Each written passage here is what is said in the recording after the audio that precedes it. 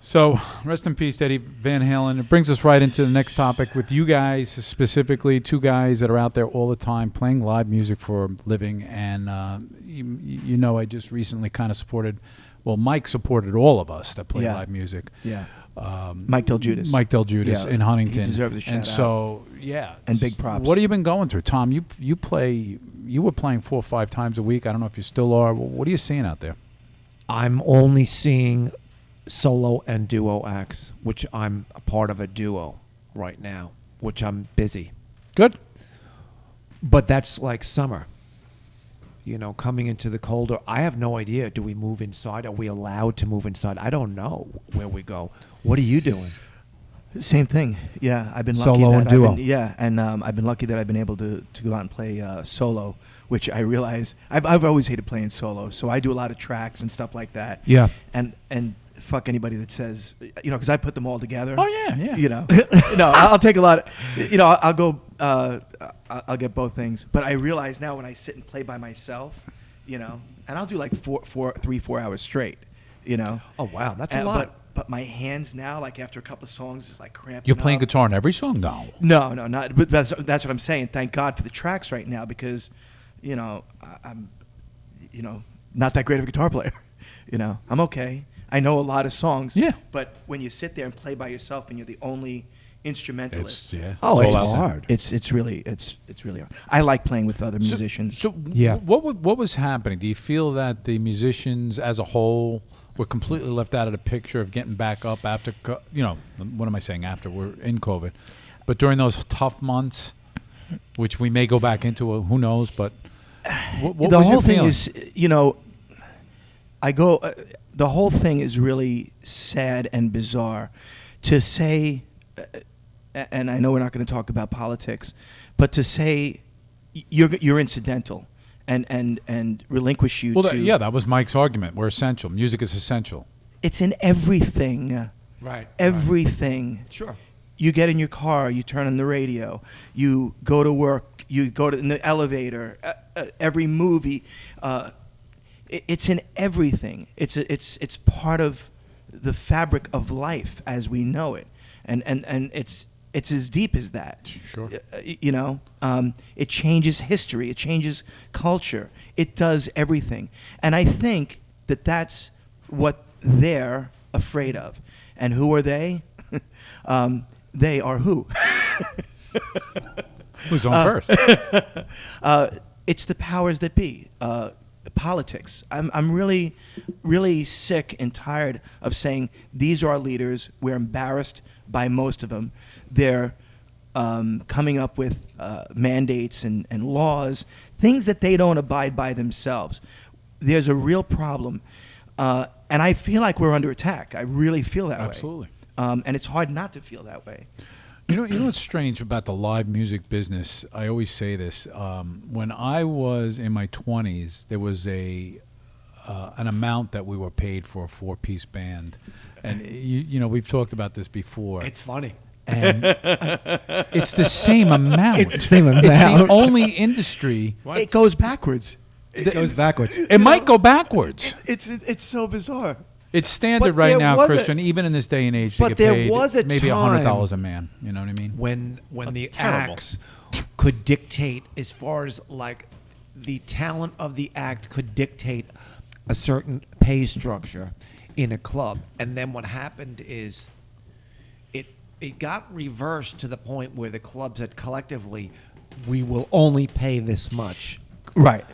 So I address that a lot with a lot of places that I play. I think for myself, one of the problems for me is that back in that day, what used to happen is the clubs would put the bands on the radio, right? So you'd have local clubs supporting local bands, putting them on the radio, creating a local sensation.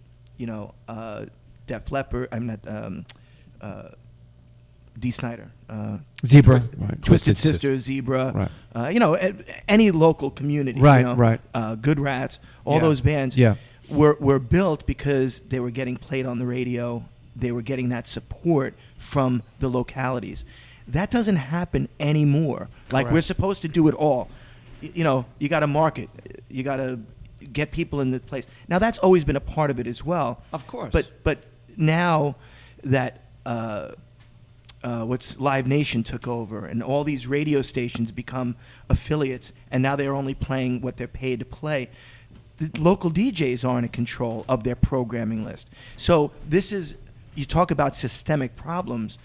You don't support your local artists anymore. It's ridiculous. Again, you go back to politics. You support a local politician, you build a groundswell there, support your motherfucking local artists. Right, For right. fuck's sake. Good point. He's a man fighting for his life. He's going to get upset. I'm very passionate about these things. I like it.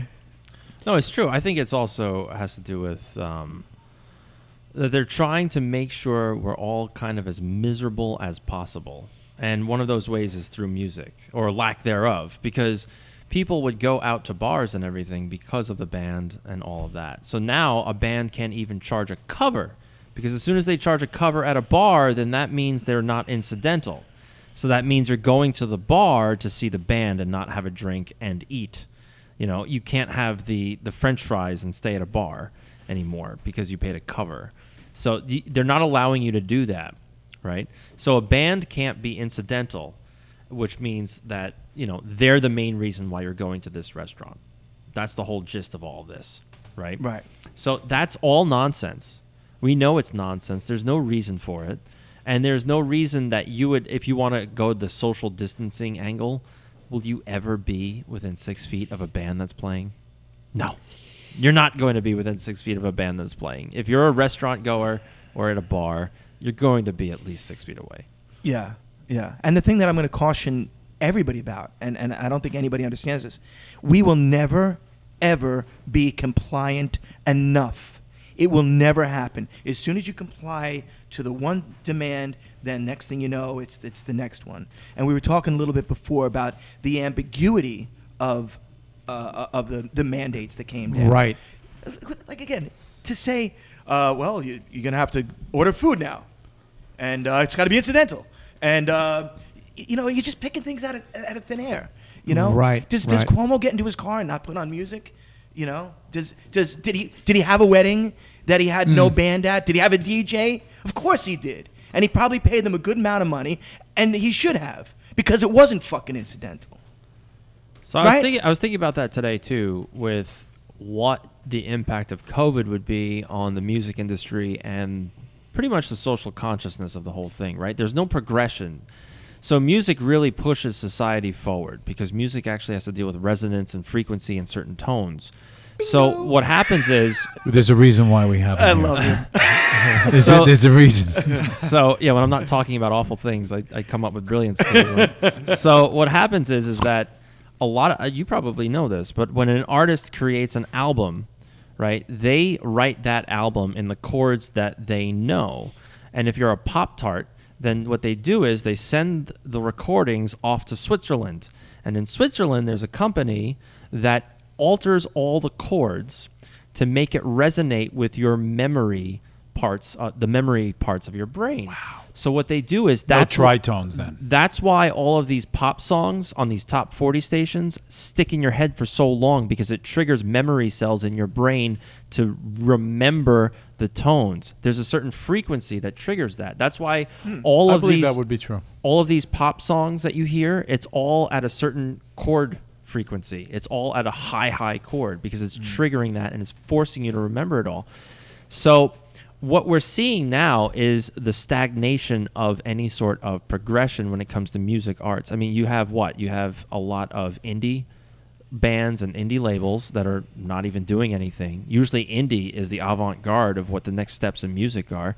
You have what else? You got things like, they call it what, folk indie, that kind of thing. That usually bleeds into country or more indie labels so that other people pick it up, right? So you've got this sudden halt of any sort of mental progression when it comes to music and societal advancements. And that's what they want with all of this. This is a subtle form of mind control and mood adjustment throughout all of this, right?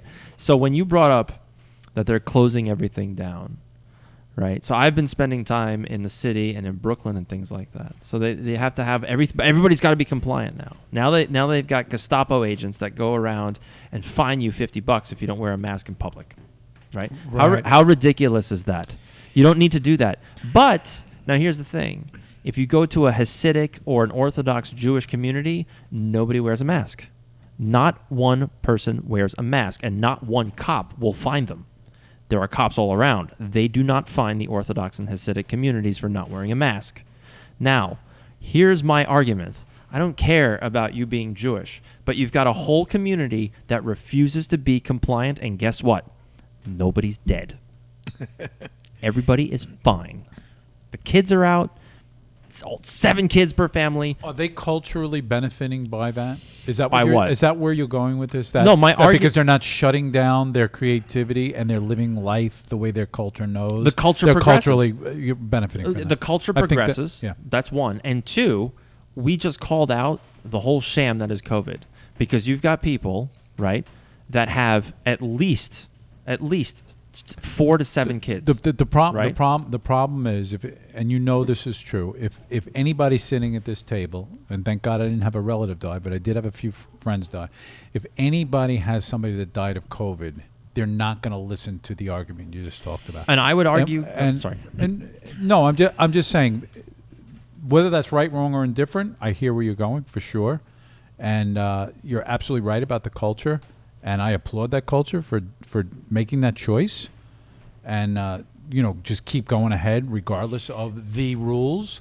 But I'm just saying that ear won't come to you because they'll say, "Yeah, I'll tell you how real it is. Grandpa died of, or a 19-year-old died." Well, I would go live there if my name wasn't Christian. They would kick me out in 2 seconds, right? Really? They would never. I can't be Christian No, Moskowitz. you I mean, I can't. It's not going to work. So I can be Paul Mahoskowitz though. That can work. you could swing that. It's could like- definitely And swing you could wear what you're wearing. It works. It Actually, just definitely take that works. vest and put it around your head, and I'm get good, one of yeah. those big, Yeah. Right. So, but the thing is, like, the argument that I'm trying to make is that COVID has somehow bypassed this community, this very, very densely populated community, right? And when you brought up, people say, well, so-and-so died of COVID. My argument to that would be, did they really die of COVID? Or did they have COVID? Or did they test positive for COVID and then died of something Sure, else? sure. You No, know? there's that part of it. Yeah, I've had the same argument though concerning the protests that are going on, and the blatant disregard for, dealing with the mandated rules, and everyone's okay with that, and I just can't understand how that blatant hypocrisy is allowed to happen. I thought for sure when that happened, when we saw that there were these massive protests and people weren't wearing masks, and that was okay, it was justified. I thought for sure the jig is up, everyone can see it now. Yeah, right. And I was ready to celebrate, and that didn't happen. And it just turned the other way, where people were saying, well, these people have been oppressed for, hundreds and hundreds of years, and they have the right to protest. Of course they have the right to protest. But it's revealing the fact that there's other things that are going on that we're being told that we have to live a certain way. Again, it's like the rules apply here, but they don't apply there. And I Right. think that's the It's point. utter hypocrisy. Well, where you're going a little bit is on people's belief of natural law. That natural law trumps man-made law, specifically in New York City, where the idea is to make enough laws where they tax people to death. I mean, there's totally a lot of that going on. Sure. There.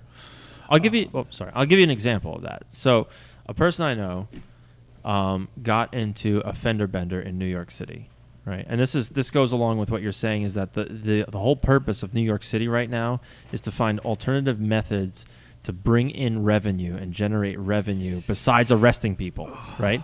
So here's what they do now. If you get into a fender bender in New York City, everybody out there that got into the fender bender is responsible for generating the police report. Police no longer come to the scene of an accident. So it's your responsibility to get everybody's insurance numbers, everyone's insurance cards, license plate, everything, and then you have to go online and fill out a form and then print it out. Who has a printer these days, right? And then you've got to print it out, and then you've got to mail it in. So not only can't you submit it online? You've got to print out a form, fill it out, put it in an envelope, get a stamp from somewhere, and then mail it in. And that's because we had to defund the police, so police no longer show up to accidents, fender benders, or anything like that. Could you imagine that? And this is supposed to be progressive, right? That's crazy. Yeah, It's utter nonsense. I've seen a lot of private parties having music now, and I think that people are just basically doing their own thing, and they're I saying, love look, it. Yeah, I have a look, private party this weekend. Look, this is the flag we're flying, and everybody's okay with it. You know, you go there, you're doing it, I'm doing it. We're at private parties, and you're doing the same thing you would have been doing.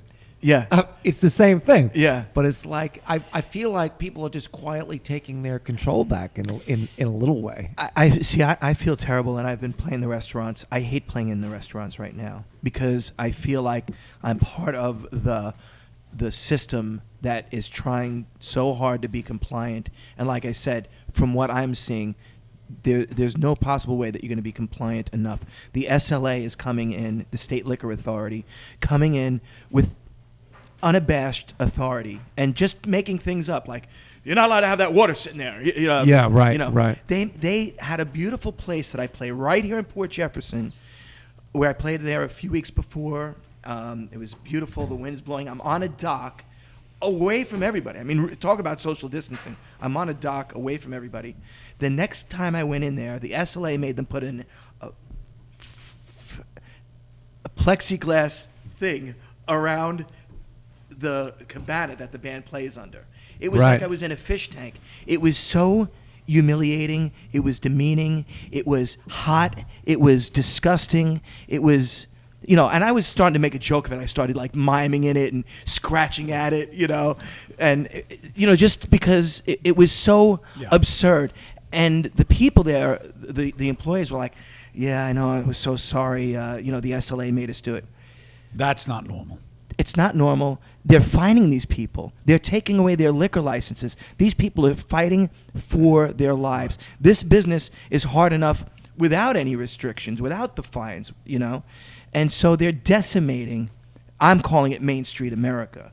They're decimating these places. And I think it's a very, very slippery slope. I, for one, love what Michael Del Giudice did, and I love some of the voices that are out there.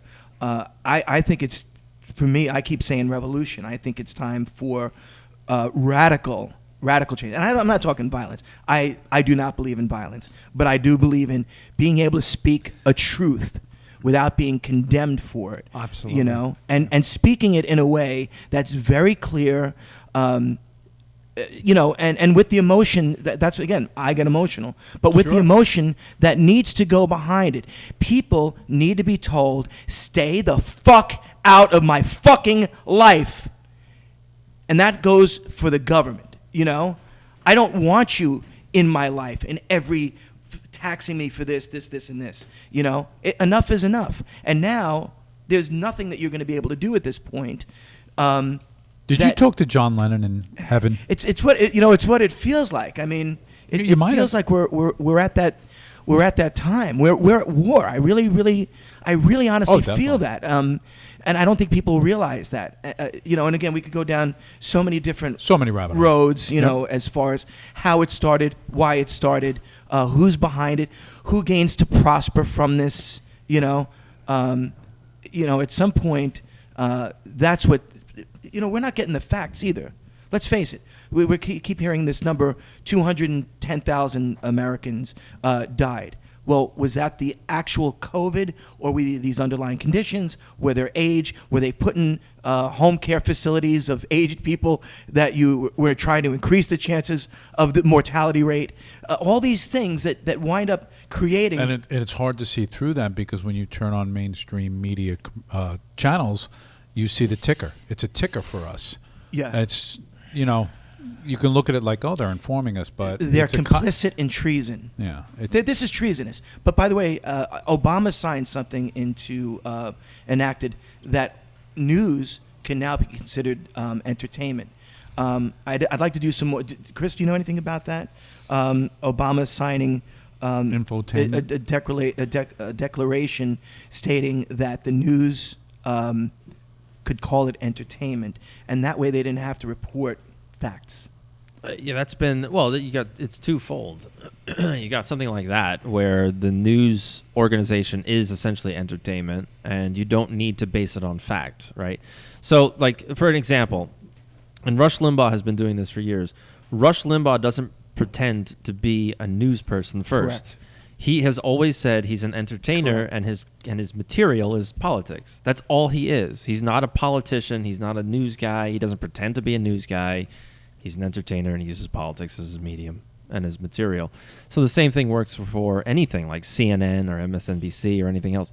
I mean, you just look at the polls that come out on MSNBC or CNN. What they don't tell you is where they get their numbers from and how they generate their numbers. So what they'll do is that they'll poll like 48% Democrats, or out of 1,000 people, 48% will be Democrats, and then 36 will be Republicans, and then the rest are going to be independent. So by default, you've got a difference of 12% Democrat versus Republican. So of course you're going to see all these polls that say Biden is up 14 points because by default you polled 14 points more of Democrats than you did Republicans. So you're going to have a result like that.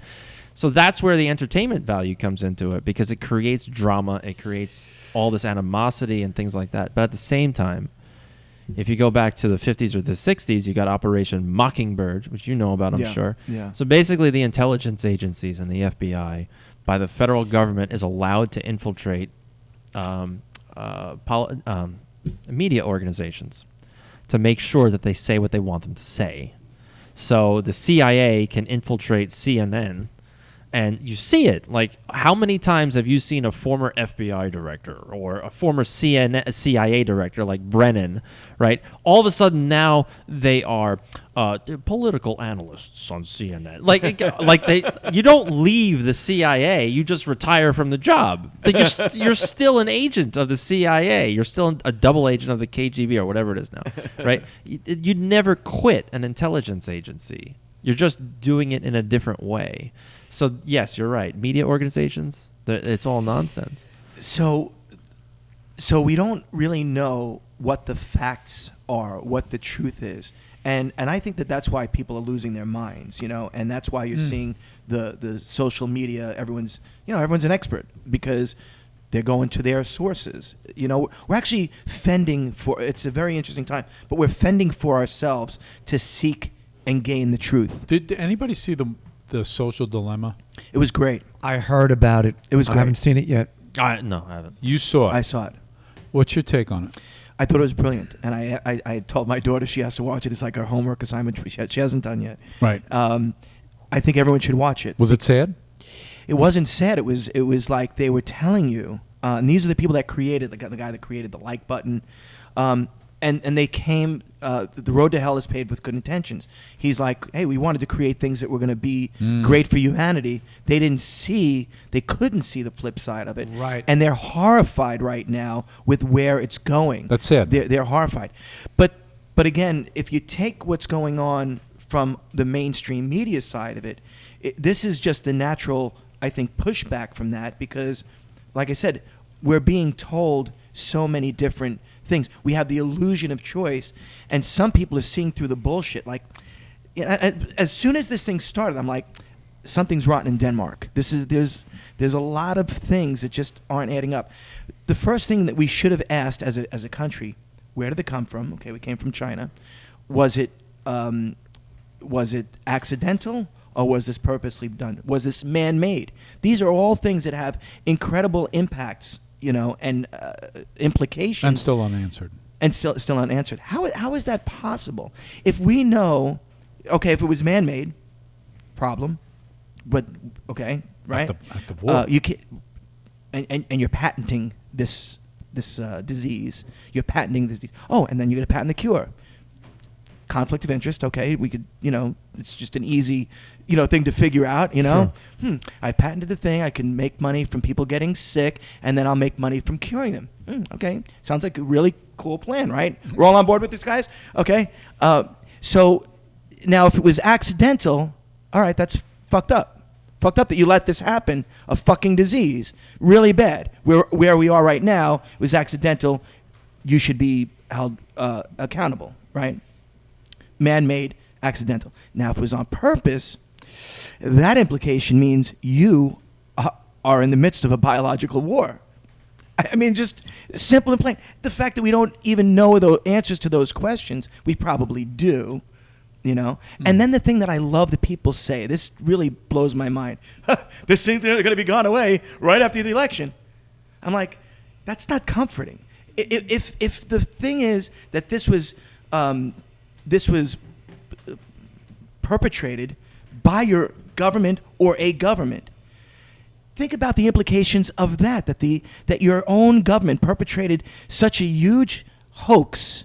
It's not a hoax, and to what gain at that point? That means your government is so fucking corrupt at that point that there's no choice but at that point but to have a fucking revolution. So in my gilded youth, right after September 11th, 2001, I went down the rabbit hole with all that stuff, and people would say to me, "Oh, you think the government is responsible for 9/11?" And I would say, no, I don't think the government is responsible for 9/11. I believe people within the government are complicit and probably responsible for 9/11. Do I think everybody within the government knew about it? That's a pretty big statement to make, and it's false. You're not going to tell me that some admin in the bowels of the FBI building knew about 9/11. Right. But I will argue that there are certain people at the very, very top that stymied certain investigations, let certain things go, that kind of thing, right? And the same thing for this with COVID. You're seeing an you're seeing a fifth columnist movement. Fifth column is a term that comes from the Spanish Civil War back in 1936-ish, 37. And basically it means that the infiltration of a government or infiltration of the territory you're trying to take over. That's how Hitler got through all of Europe. Right, through Czechoslovakia and everything else, he infiltrated everybody, and that was the fifth column through sabotage and stuff. United States does it too. So right now, I think what you're seeing is the execution of a coup under the guise of a chemical, or not a chemical, but a pandemic, a virus, right? So an interesting date that you may not have known is that patient 0 supposedly entered into the United States, I think, on January 15th. Right, so this is the first time COVID stepped foot in the United States. Right.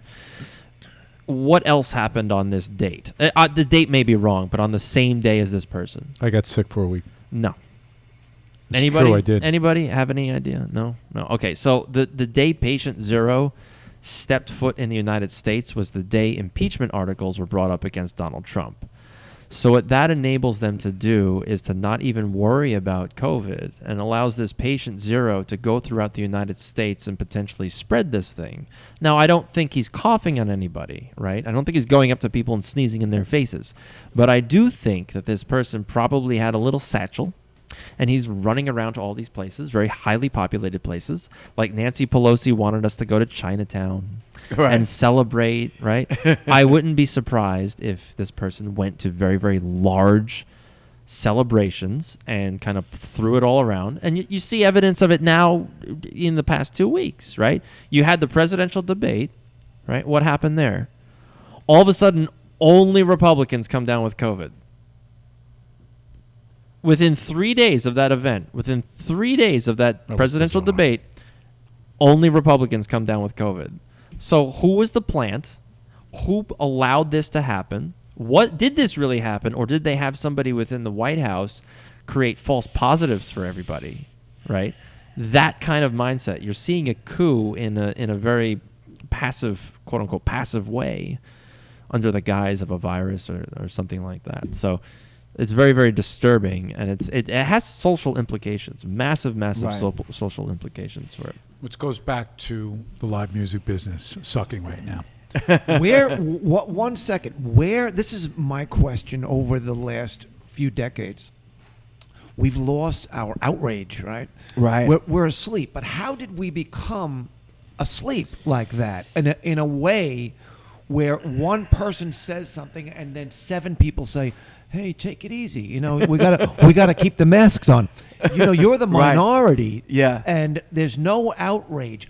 I had been talking about this last winter, the winter before, that everywhere I was driving on the expressway was just massive potholes that no one was fixing. And I was saying, where is our outrage? We pay so much money, but no one is outraged. Yeah. How did they get past this whole thing where people just decided to be sleepers and not... That just goes to the old adage: you can't fight City Hall. It's the same thing. So are we so conditioned to corrupt that we're just saying, Yeah. we're putting our hands up and saying, no matter who you get, Well- it's going to be the same?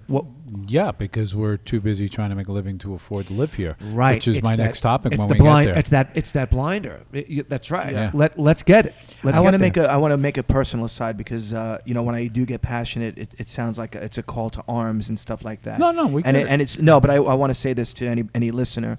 I have a song called Revolution, but it's a revolution of love, much in the spirit of John Lennon. You know, it's about coming together. It's about speaking and allowing that truth to be heard, Changing for the better. and changing things. You know, but doing it in a peaceful. Any of these protests or movements when innocent people's lives are affected in any way, shape, or form, whether it's businesses, personal injury, death, those movements lose me because I want no part of it. I can't back it. It's got to benefit. It's got to be good for everyone. That's what we're not seeing. All these things that are being kind of put forth, they keep creating laws that obviously these people in charge that create these laws do not follow or abide by themselves. You know, that's the systemic problem. You know, Well, people have to be more attuned to voting in the change that you're talking about.